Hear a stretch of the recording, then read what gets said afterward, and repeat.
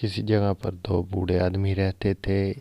یہ بیچارے دونوں ایک جھونپڑی میں اس لیے رہتے تھے کہ بہت غریب تھے۔ ان کی بیگمات اور بچے ان سے دور شہر میں رہتے تھے۔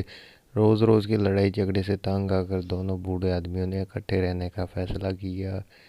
یہ دونوں اس لیے گھر سے جھونپڑی میں منتقل ہو گئے تھے تاکہ ان کا بڑھاپا تو آرام و سکون سے گزرے اور انہیں عمر کے آخری حصے میں کچھ تو اطمینان نصیب ہو۔ یہ دونوں بوڑھے آدمی اس لیے بھی کوئی کام نہیں کرتے تھے کہ اس بڑھاپے میں اتنی شکت اور ہمت ان سے نہیں ہوتی۔ ایک دفعہ خدا کا کرنا ایسا ہوا کہ ان کی جگہ کے قریب مسجد سے یہ اعلان ہوا کہ کسی ماں باپ کا بچہ گم ہو گیا ہے اور جو کوئی اسے ڈھونڈ کر لائے گا اسے 50,000 بطور انعام دیا جائے گا۔ جب ان دونوں بوڑھے آدمیوں نے یہ اعلان سنا تو ان میں سے ایک نے بچہ ڈھونڈنے سے انکار کر دیا، جبکہ دوسرے بوڑھے نے سوچا کہ اگر وہ بچہ ڈھونڈنے کی کوشش کرے گا تو اس کے وارے نعرے ہو جائیں گے اور اسے اتنا بڑا انعام ملے گا کہ وہ اپنی باقی ساری زندگی بیٹھ کر کھا سکتا ہے۔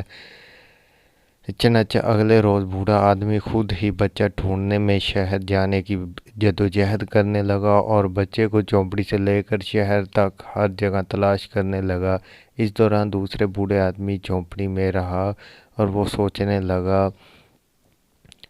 لگا کہ اگر اس کا دوست دوسرا بوڑھا آدمی اپنی کوشش میں کامیاب ہو گیا تو وہ اپنا نیا گھر بسا لے گا، مگر اس ناکامی سے دوچار ہونا پڑے گا۔ دوسرے آدمی صبح سے لے کر شام تک بچے کو ڈھونڈنے میں لگا رہا اور بالآخر وہ اپنی اس کوشش میں کامیاب ہوا اور بالآخر بچہ اسے مل گیا۔ وہ خوشی سے سرشار ہوا اور اس نے بچے کو گود لیا اور واپس اپنی جھونپڑی میں آ کر بچہ ماں باپ کے حوالے کر دیا۔ بچے کے ماں باپ نے وعدے کے مطابق 50,000 روپے کا چیک بوڑھے کو دیا۔ بوڑھے آدمی نے 50,000 روپے پا کر اتنی خوشی کا اظہار کیا کہ جس کا کوئی حساب نہیں تھا۔ بوڑھا 50,000 روپے پا کر واپس جھونپڑی میں گیا جہاں اس نے دیکھا کہ بوڑھا آدمی لیٹا ہوا تھا اور غالباً اسے کوئی قتل کر کے چلا گیا۔